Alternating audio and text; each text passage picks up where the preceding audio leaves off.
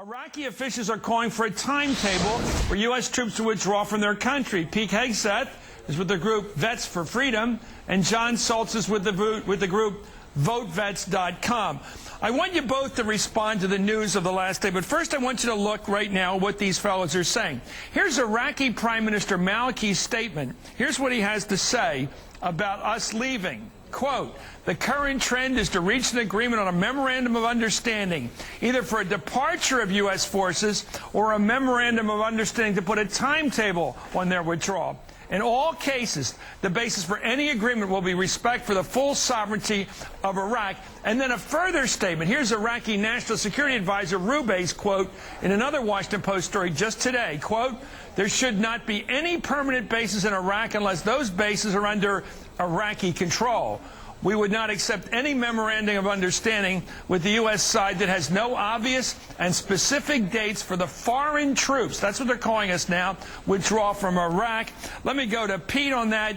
They're telling us they want a timetable or to leave right now. They're saying no permanent bases. They're making these statements publicly. How can our people in this country, like John McCain and George Bush, accuse the Democrats of being for cutting and running and for surrender if the people over there who host us are telling us they want us to set a timetable or else to leave right now? How do we square those things? I mean, all in all, I think this is a very good thing. We wouldn't be in this political situation where Maliki is making political statements during complex negotiations if we hadn't surged and created the conditions so he could do that.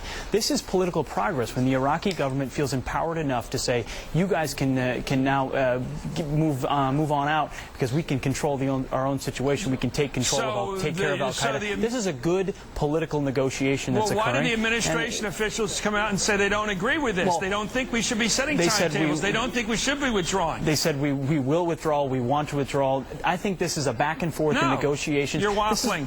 This is back and forth They're saying they want a timetable. Two sides. They're saying we want a timetable. President Bush and McCain have said no timetables.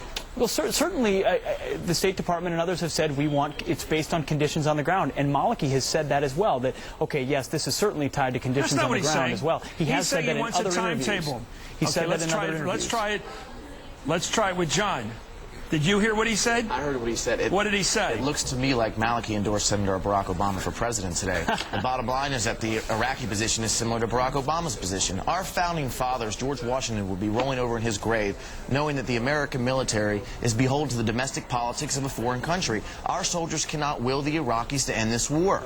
It's absolutely ridiculous at this point that the leader of the Republican Party, that George Bush and John McCain, think that our soldiers should fight and die wanting security and prosperity in Iraq more than the Iraqis want it themselves. A majority of Sunnis and a majority of Shias think it's okay to kill American troops. And it's absolutely wrong. You're missing the point, both of you. The Iraqi government says they want a timetable for us to withdraw. I want to ask you, Pete, one more time or several more times.